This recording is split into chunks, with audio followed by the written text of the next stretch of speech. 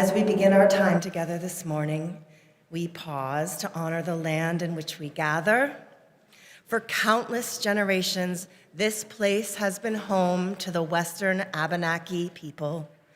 We recognize their enduring relationship with this land, past, present, and future, and we acknowledge the legacy of displacement and resilience that continues today. We understand that gathering here comes with both privilege and responsibility. May we honor the Abenaki people by committing ourselves to justice, stewardship, and care for the earth and for each other.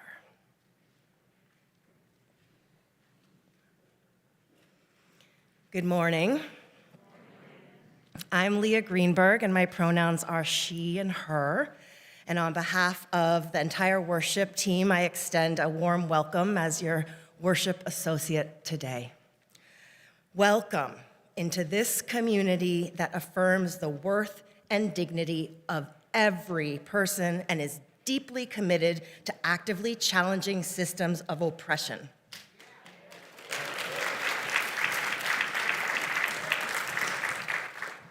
And since 1964, the Unitarian Church has been a sanctuary for those seeking spiritual sustenance here in Montpelier, and we have spent the past year celebrating the 160th anniversary of our church's founding, and today marks the precise day that this became our building, our home for this spiritual community. So today, let's take a deep breath. Let's look around. It's not really the walls, it's the people. And here we are together this morning. And maybe we need to just slow down and look around. And I'm going rogue. But you all are a big reason why I'm here. I gotta be honest, though, one of the main reasons I'm here,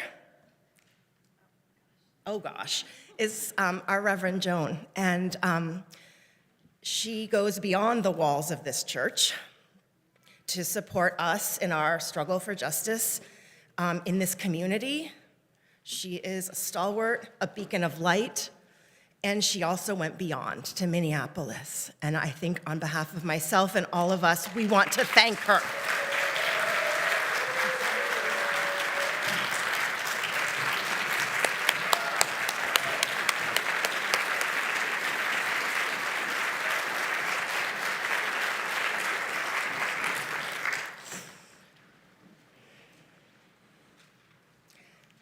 As we honor those who have helped create these walls and have been here for years, we also take a moment to acknowledge those of you who might be newcomers or guests this morning, and maybe this is your first or second time. Welcome. And if you want to wave or you want to stand up, we would love to recognize you personally. Hi.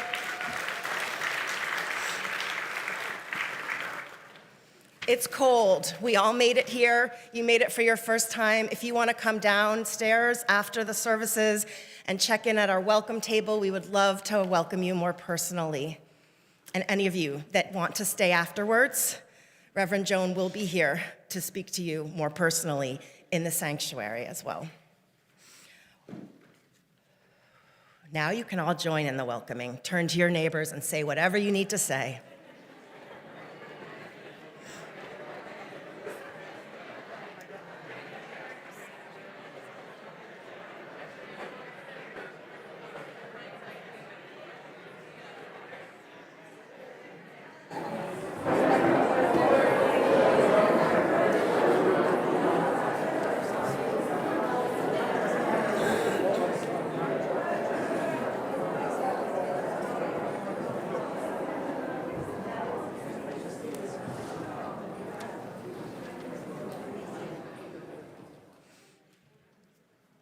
You can all continue filling the community with your warmth and your conversations after the services downstairs during coffee hour. Please stay around. And if you have a personal care and would like to connect and share more deeply, we do have Mary Jane Olson from our lay pastoral care available. She's right there if you'd like to check in with her. And please know that we have hearing assist devices available on the table in the rear of the vestry in the sanctuary. And you can also listen to and watch the services downstairs in the fireplace if you need to leave for any reason. And now let's make sure our cell phones are silenced and take a deep breath as we enter more fully deeply into our time of worship with this prelude. It's being played by Sarah on a historic 1866 Stevens Brothers Tracker organ built by George Stevens of Cambridge, Massachusetts. The organ was originally located in the back of the sanctuary, but moved to its current location during a renovation in 1898. So now let's take that breath.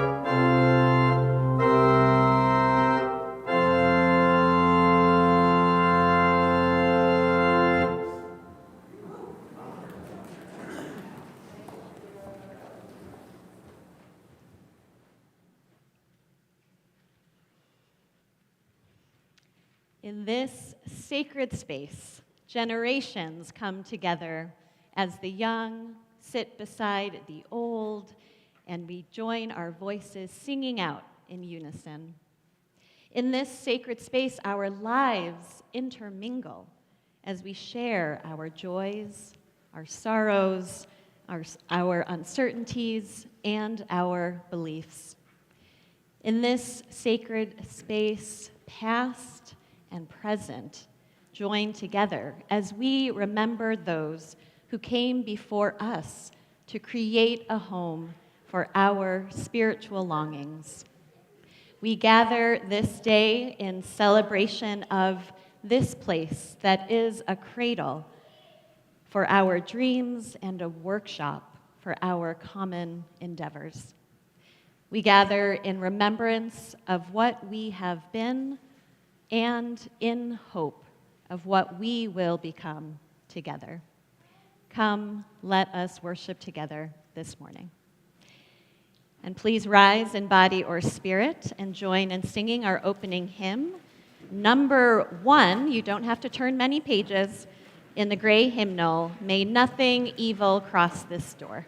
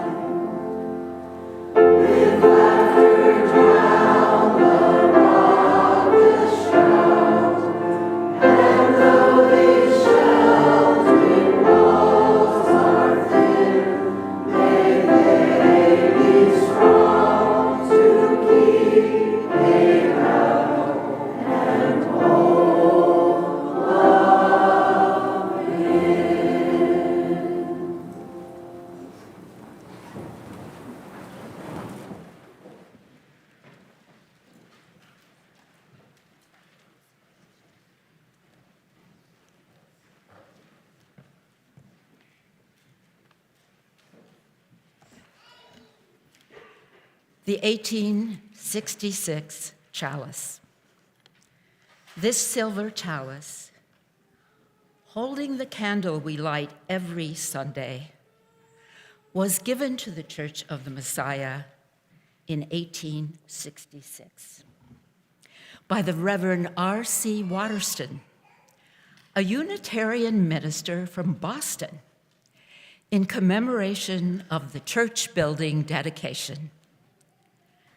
The inscription on the chalice reads, First Unitarian Church, Montpelier, Vermont, the gift of R.C. Waterston, Boston, Mass., 1866.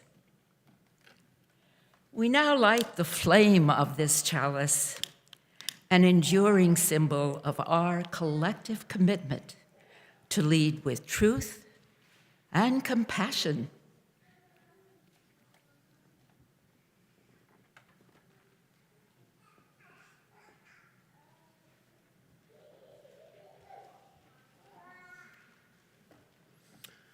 Good morning. Judith Hines was not able to be here this morning, so I will read what she was going to say. The Independent Meeting House Society and Thomas Silloway. The founders of the Church of the Messiah, the church's original name, became the original members of the Independent Meeting House Society, officially recognized in Vermont law from 1865 to 1902. Its sole purpose was to raise funds for and build and maintain the church building.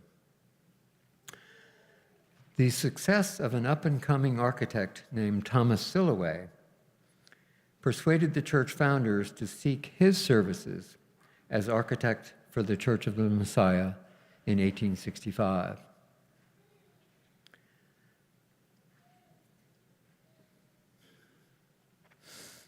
Thomas Silloway, 1828 to 1910, born in Newburyport, Massachusetts, was a prolific architect and Universalist minister in Boston from 1862 to 1867.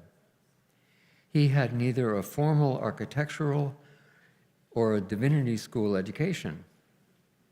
He did design over 400 religious buildings, many schools, libraries, town halls, and residences during his 60-year career.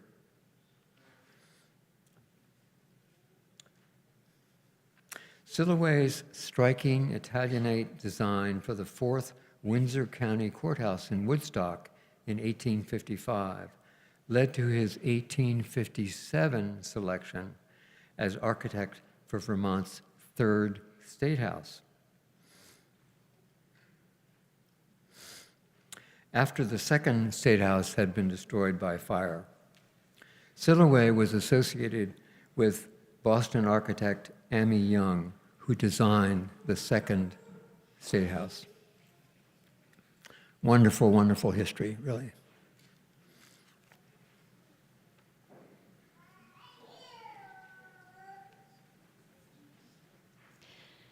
So it is here in this sanctuary that our church community has gathered for the past 160 years.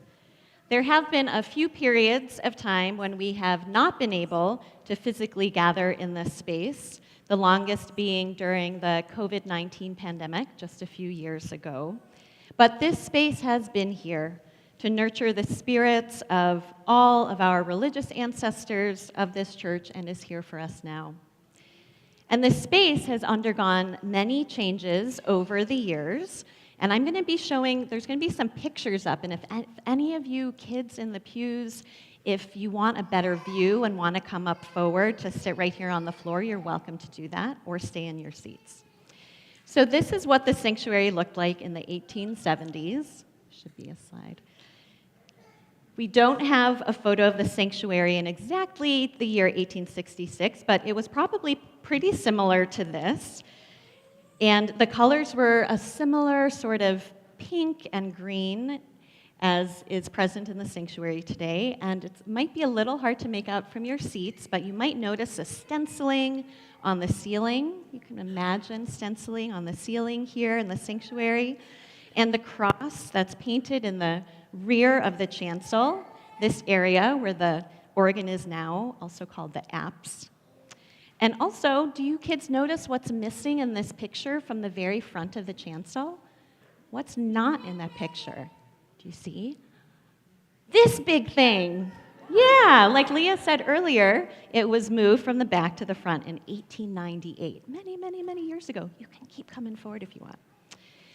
So this next photo was taken sometime in the 1880s, and likely this was Christmas time because there are garlands hanging from the ceiling to the chandeliers.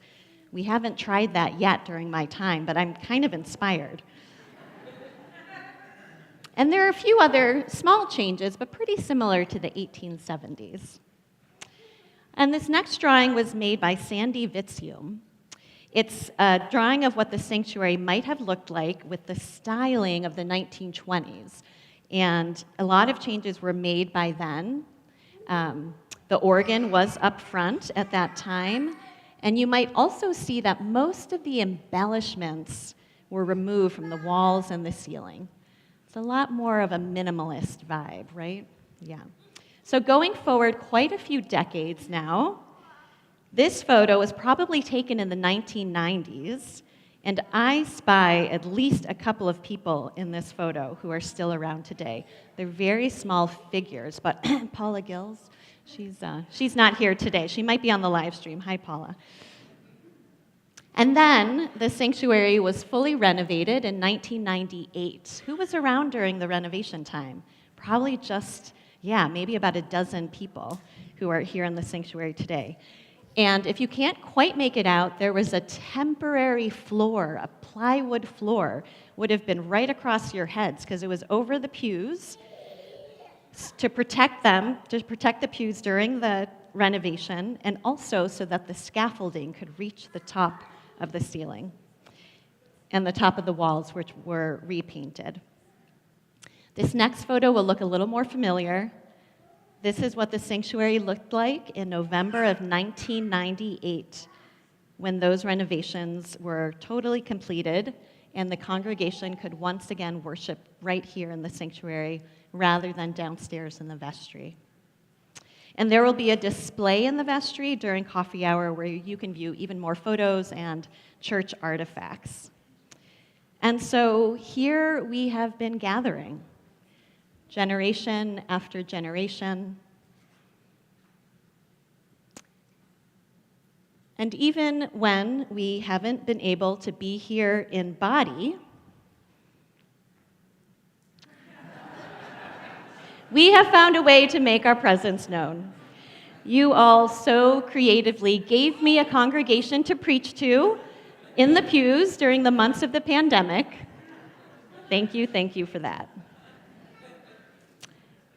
And I invite us now to imagine, and maybe even to feel a little bit in your heart, the hundreds of people who have sat in these pews of the sanctuary before you, who have made this place their spiritual home.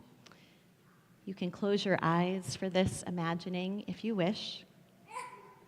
Some of them were right here with us not too long ago. And they came for many of the same reasons as you, to feel connected to something bigger than themselves, to seek solace in times of loss, to share the joy of the birth of a child, to learn and grow, to ask the big questions and wrestle with not having answers, to find a way to give of themselves to others, to better understand issues of society and take action, to raise their children, to make friends. And all of those people, all that has been shared here, remains present as we continue to live and to love as a religious community. So let us hold them with love and with gratitude. Thanks for coming up and being part of this. You can go back to your seats now. Benji, do you want to come back and find Grandma? Where's Mama? She's right there.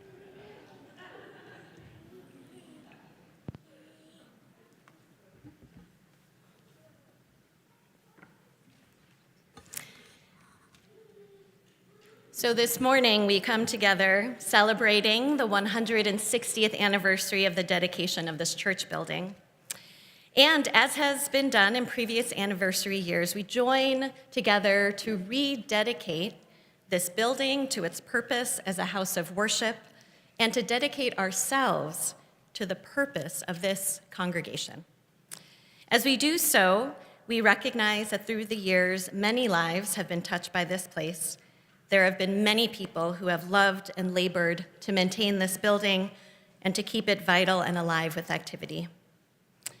Of course, those who were active in the earliest years of the church have long since passed away. With the passing of our dear Norma Raymond last year, who had been UCM's longest living member, our current living memory of what was the Church of the Messiah and is now the Unitarian Church of Montpelier goes back at least 50 years. And we have 4 church members who joined the church 50 or more years ago. I want to recognize them by name, and if any of you are present, I invite you to stand if you are able or raise your hand. Ted Allen.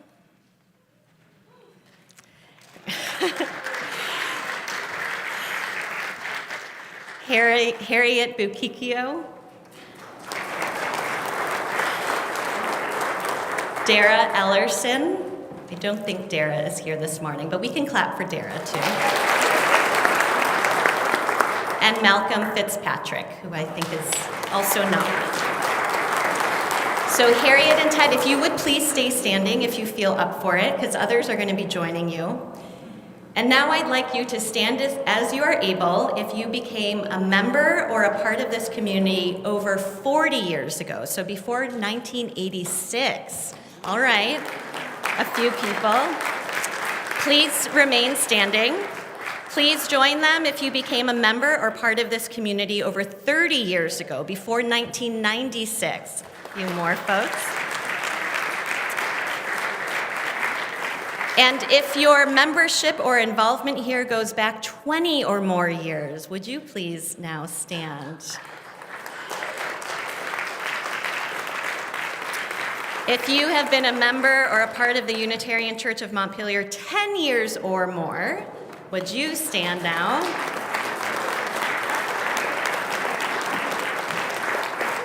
Okay, remain standing, and you can look around because now you're the old timers now, so you can. And if you have become a member or a part of this community within the last 10 years, including if this is your first time here today, please rise as you are able.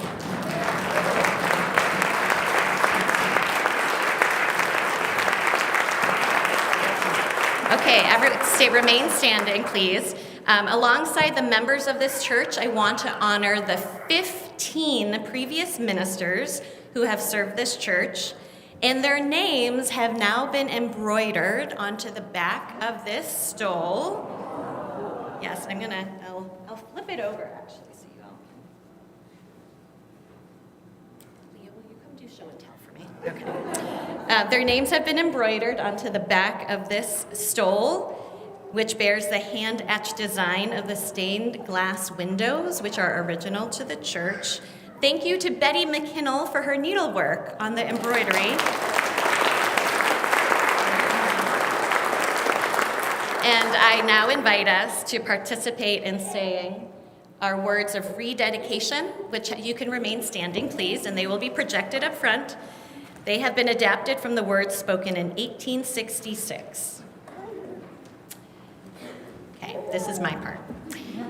Gathered together as one body in this loving community, we honor the great inheritance of this free and liberal religious tradition and joyfully welcome the service we are privileged to offer one another and the world. We remember those before us who founded this church and those who through all the years have preserved it as a house of prayer, inspiration, and action. We unite with gratitude to rededicate this church building and this covenanted congregation to the reverence of all that is sacred, to the service of human need, and to the protection of the earth, our home. We dedicate ourselves anew in this place of history and hope to the wisdom of all ages, to the comforting of all souls, and to the boldness of prophetic witness.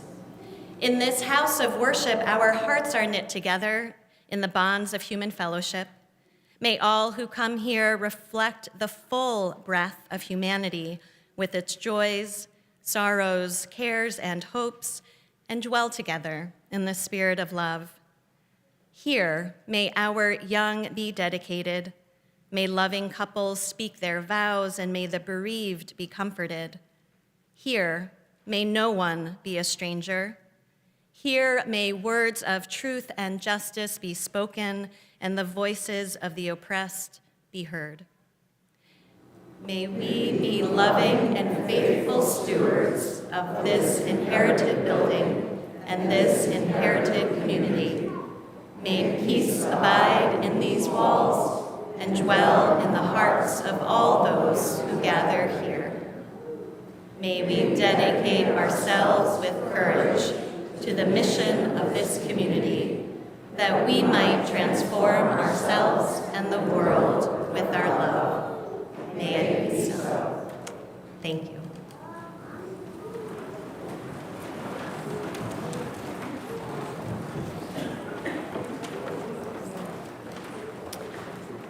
Today in our children's chapel, our pre-K through 4 group will keep honoring our church's 160th anniversary with a colorful mosaic art project and a fun scavenger hunt around the church. Meanwhile, our middle school youth group will dive into their next service project topic, animal welfare and caring for animals, as they explore how our value of interdependence calls us to care for all beings. When we sing everyone out, children in pre-K through grade 4 will exit through this door here. The middle school youth group will exit through the back door to the bell tower room. And if your child's not registered or this is your first time here today, we are so happy that you braved the cold and made it. Please come with your child to fill out our brief registration form, and then you can return to service or stay with your child if you like.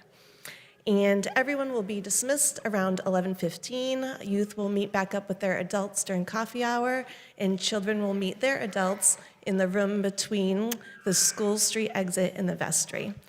And please make sure you sign out your children before you go. All right, now let's sing our children and youth out as they go.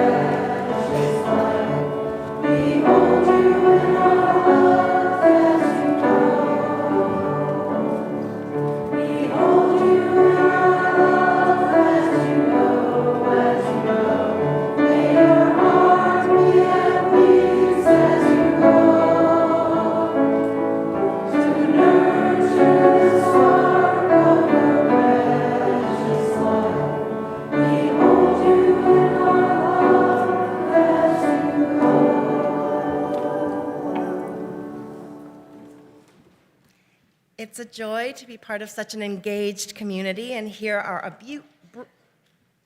a few brief highlights from this week's announcements. The Chalice Circle, called Meeting the Moment Through Writing, is being postponed until spring due to lack of signups. If you're interested in this writing circle, please do let Judith Hines or Joe Bauer know so they can plan it for then.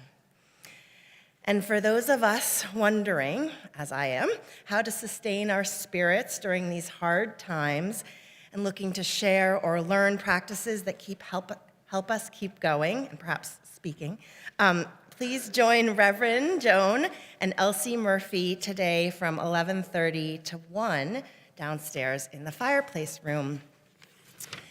It's called Gathering in the Spirit in Hard Times, and it will include, do you want to talk about it? Okay, both discussion and practice. So bring your questions, your ideas, and lunch if you'd like, and light refreshments will be provided, and all are welcome. Now she does. As Leah mentioned earlier, I will also be present here in the sanctuary right after the service until about 11:30 to share about my time in Minneapolis a little more extensively and to just chat with folks. So if you'd like to do that, you can just stay here in the sanctuary after the service. And for those of you who, especially during these dark times, find some light in the spotlight on the stage, please sign up to be part of our talent show. It's happening on Valentine's Day, February 14th, and you can check the e-news or get in touch with Bronwyn. If she's here, there she is, for more info. And as always, we invite you to learn more about the important happenings and doings by checking the website any day or time, or on Friday when the e-news comes out into your email box. And now it's our opportunity to participate in the spiritual act of giving. For those who are able, our gifts freely given allow us to practice Unitarian Universalism here and beyond the walls of our congregation.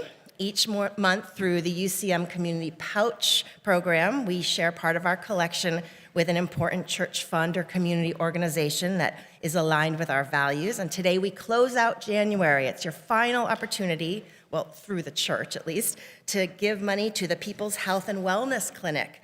This clinic provides free, compassionate health care to the underinsured and uninsured members of our community, rooted in dignity, equity, and respect. They offer primary care, dental services, preventative screenings, health navigation, and wellness through the dedication of volunteer clinicians and staff. Half of our cash offerings will go to that pouch recipient, and the other half will directly benefit the mission and ministry of this congregation.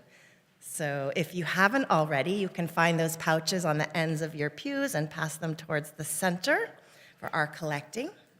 We are so grateful to every one of you for whatever you're able to contribute. Thank you.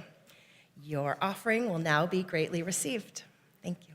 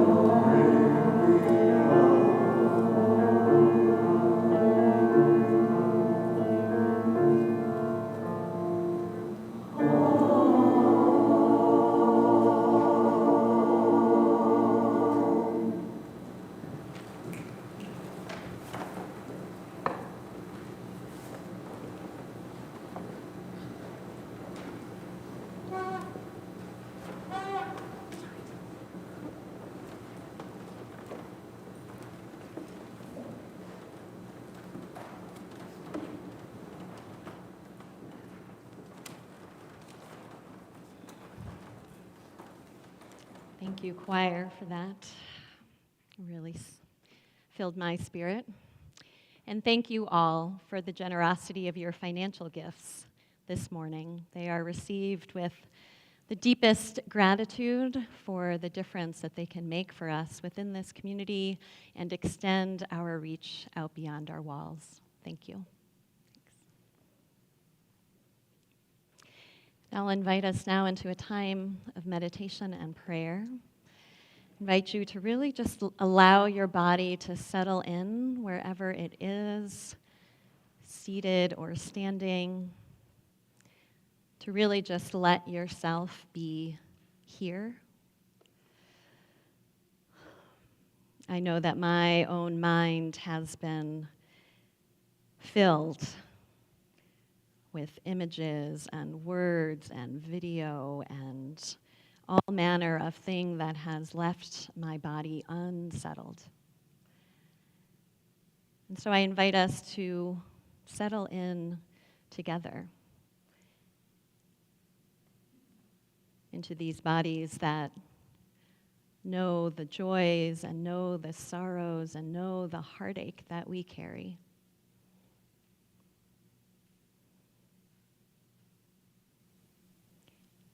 To simply allow yourself to breathe,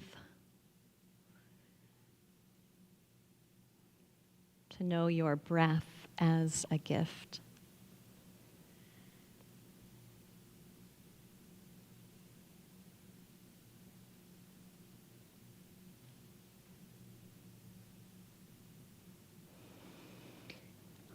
We come into our time of worship this morning. Another Sunday, another day of mourning.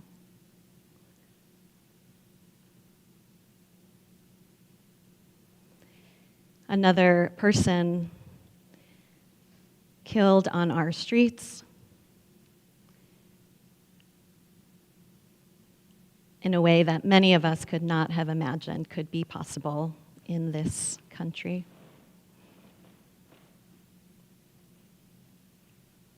And I'll invite us to just allow ourselves to feel the heaviness of that, the grief of that,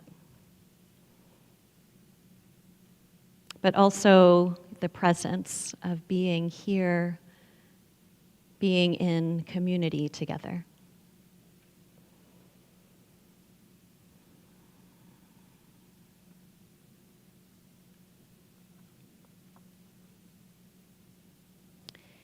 And I share with you these words by Mark Bellatini during wartime.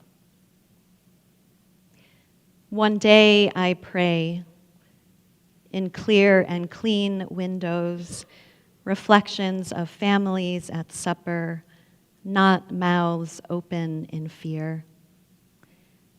One day I pray in wide, hot streets, clean air, not belching oily smoke. One day, I pray, on warm spring nights, the sound of crickets, not wailing or gunshots. One day, I pray in human hearts, a prayer of thanksgiving for a peace that has lasted 100 years.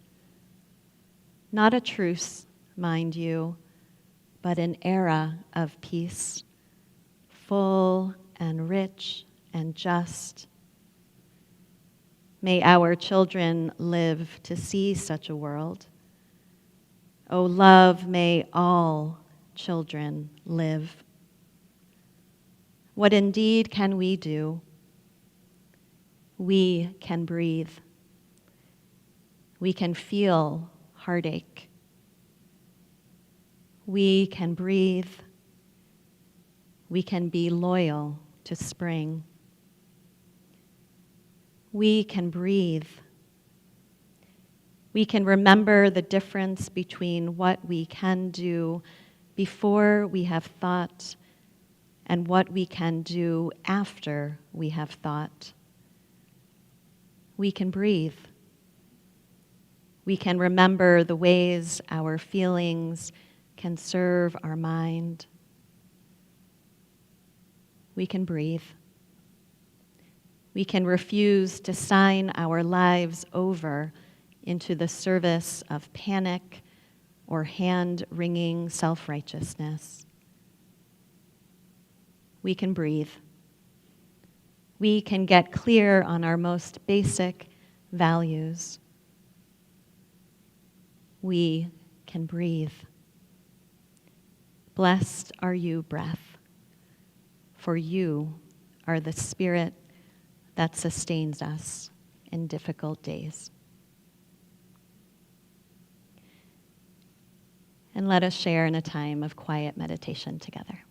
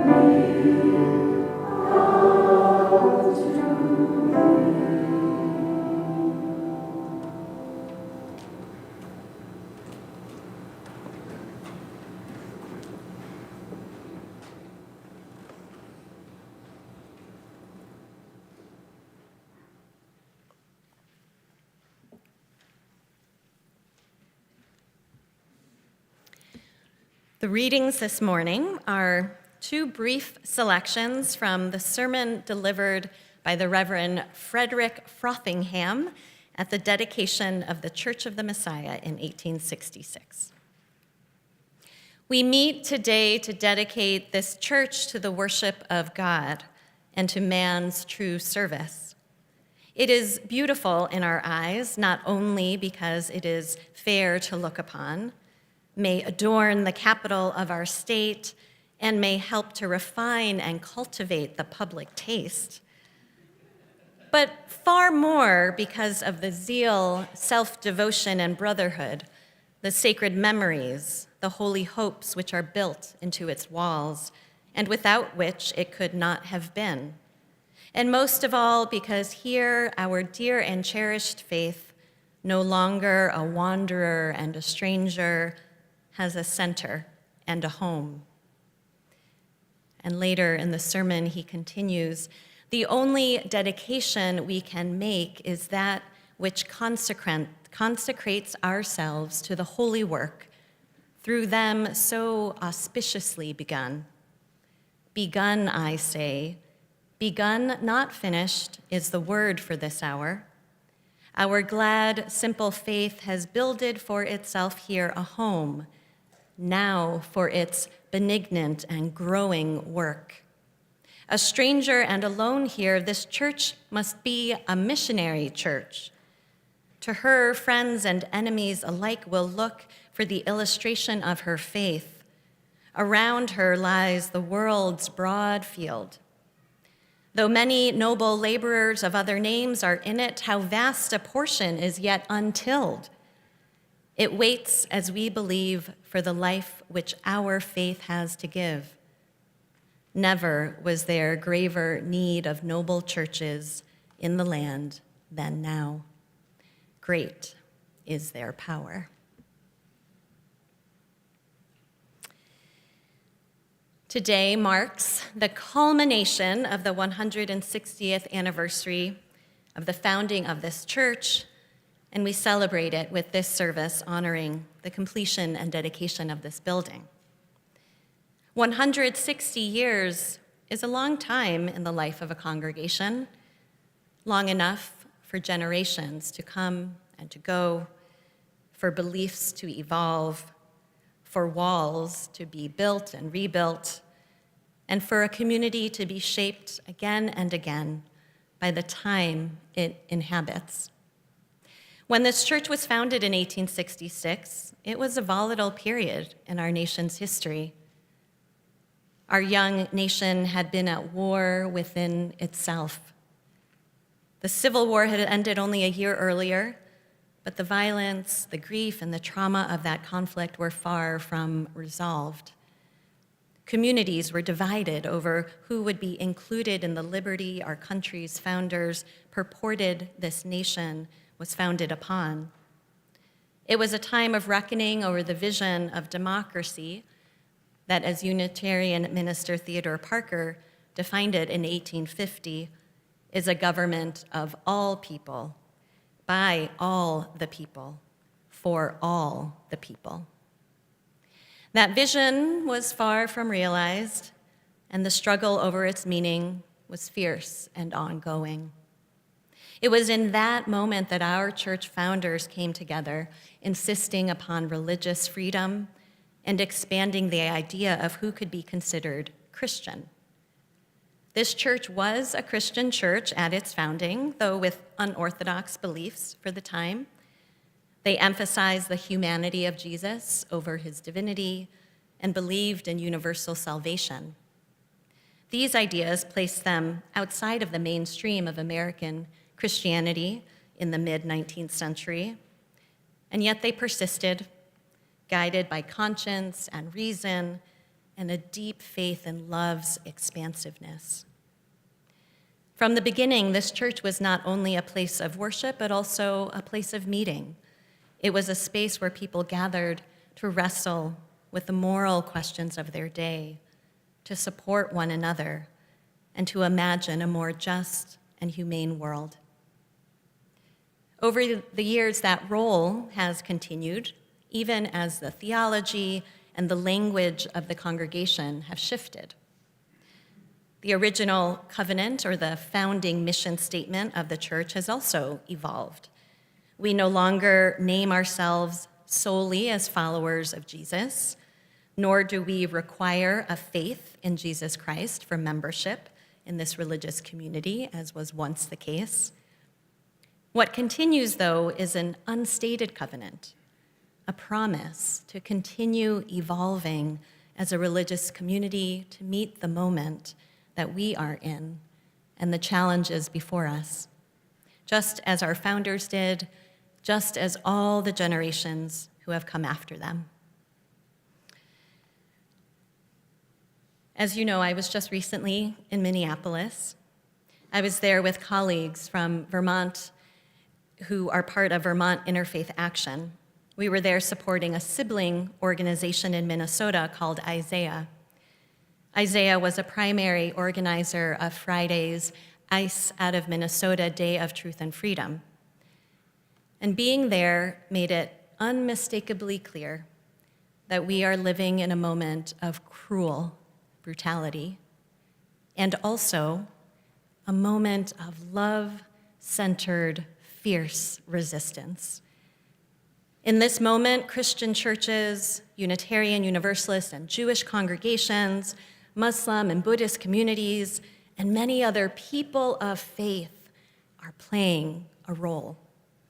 In a big way in Minneapolis, these religious communities are anchoring the resistance in that city. They are opening their doors for community meetings. They are at the heart of mutual aid networks. Churches and synagogues and mosques are collection points for food and medicine and essential supplies, which are then organized and distributed by people who take them to their neighbors who will not leave their homes for work or for school or even for medical appointments for fear of being detained or worse. Yet this is what it looks like when religious communities live into their deepest values. This is what it means to be a place of worship and a place of meeting in a time of moral crisis. In 1866, Reverend Frederick Frothingham preached from this church's pulpit, "Never was there graver need of noble churches in the land than now." And those words certainly echo today.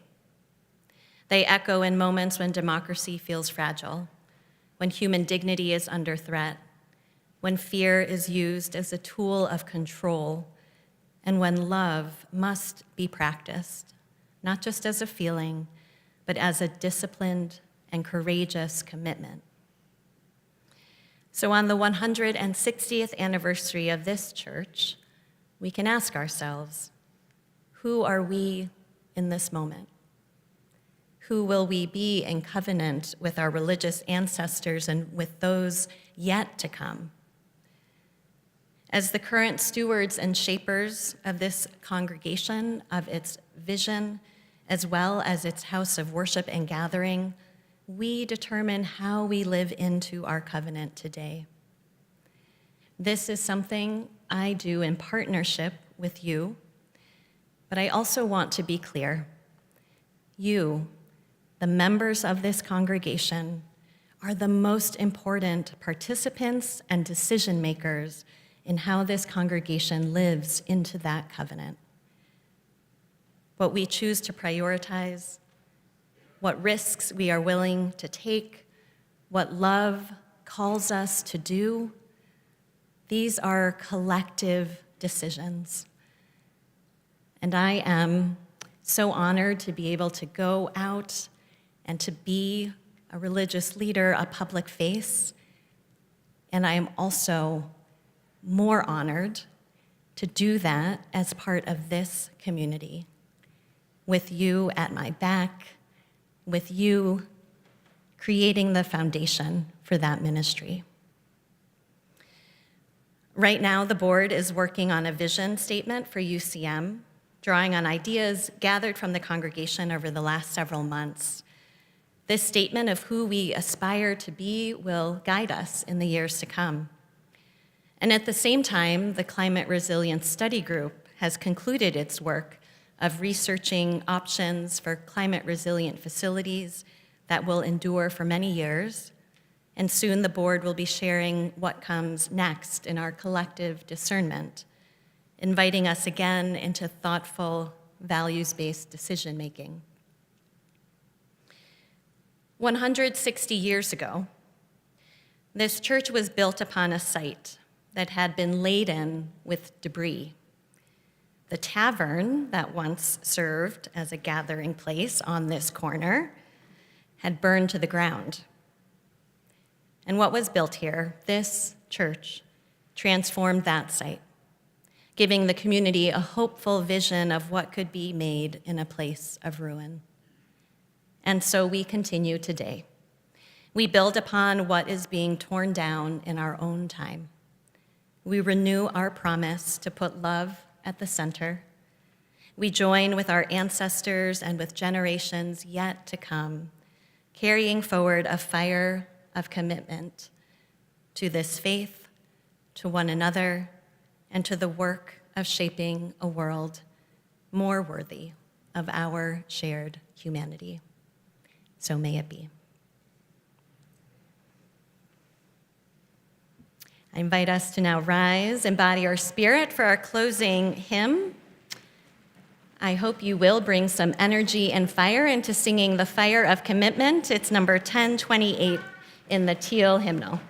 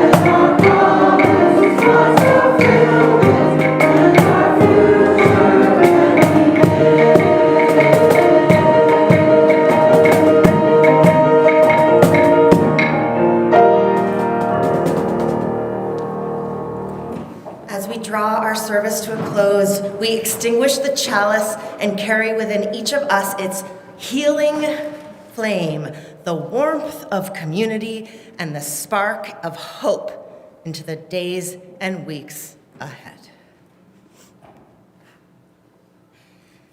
And as we do so, let us say our mission statement together.